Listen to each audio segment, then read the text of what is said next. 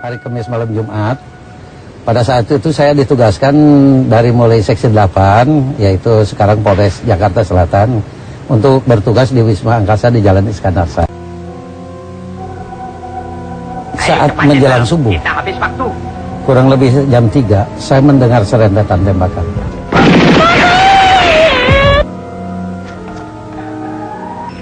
Naluri saya sebagai polisi, sebagai yang bertugas patroli dengan mengendarai sepeda, saya izin dengan teman saya, agen polisi tingkat Suharso, untuk mendatangi tempat kejadian. Berhenti! Tarik! Kemudian ada aba-aba turun dari sepeda, lemparkan senjata angkat tangan.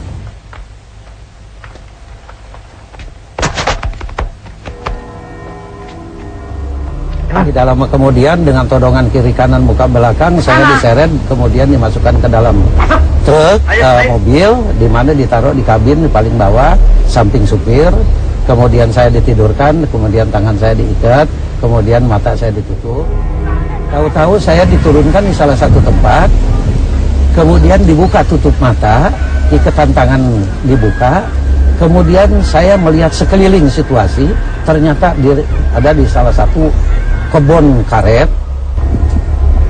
Kemudian saya dibawa ke salah satu tenda. Tetapi di dalam perjalanan saya mendengar Yani Wisdipateni.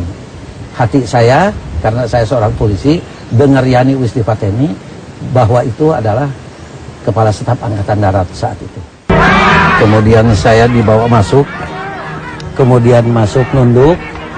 Pada saat sampai di dalam, pandangan saya melihat yang di bawah celentang penuh darah, ada yang pakai kimono, ada yang pakai sarung, kemudian ada yang pakai kait.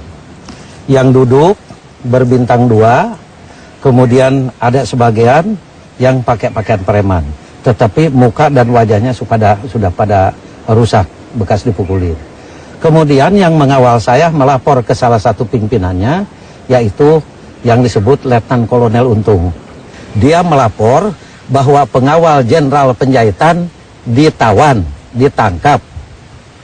Atas perintah komandannya yang namanya Letnan Kolonel Untung, saya kemudian dibawa keluar, kemudian ditawan di salah satu tempat.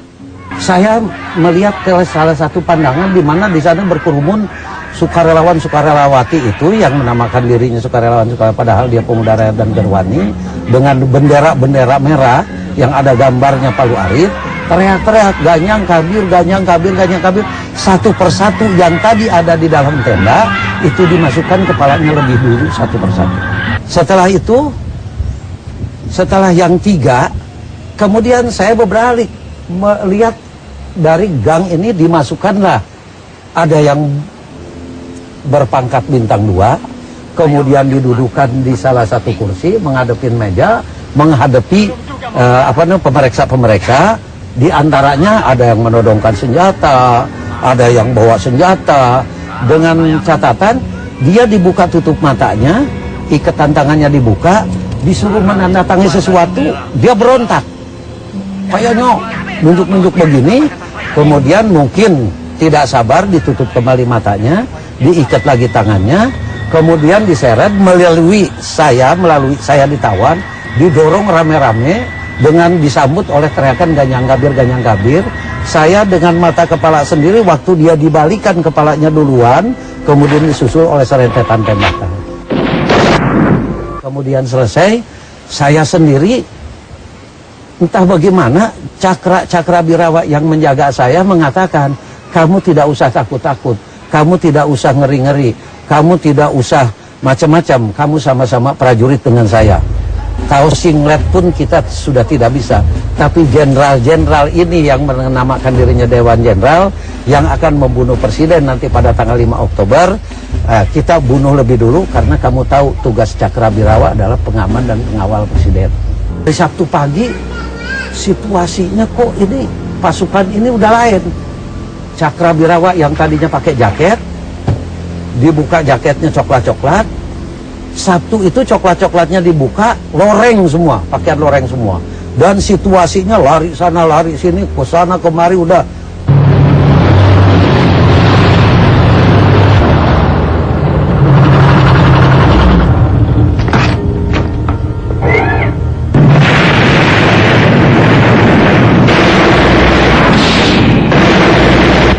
siangnya kan pasukan yang ada di Halim nih oleh RPKD. Dengar tembakan saya. Saya di kolong truk karena jam 2 itu panas, pasukan juga yang tadinya penuh nggak ada, jadi tinggal di kolong truk itu tinggal saya. Kemudian dibangunkan saya oleh 4 angkatan yang sudah pakai pita putih. Kemudian dibawa ke Cijantung dan diserahkan saya kepada Kolonel Sarwo Edi Wibowo. Waktu itu beliau adalah Panglima Komandan RPKD. Itu hari Minggu, berarti sudah tanggal 3. Oleh pasukan Pak Sarwo Edi di bawah pimpinan C.I. Santoso dengan Mar Urip, kemudian saya dibawa di Pasar Hek, diturunkan, kemudian jalan kaki menuju ke Lubang Buaya untuk menunjukkan sumo.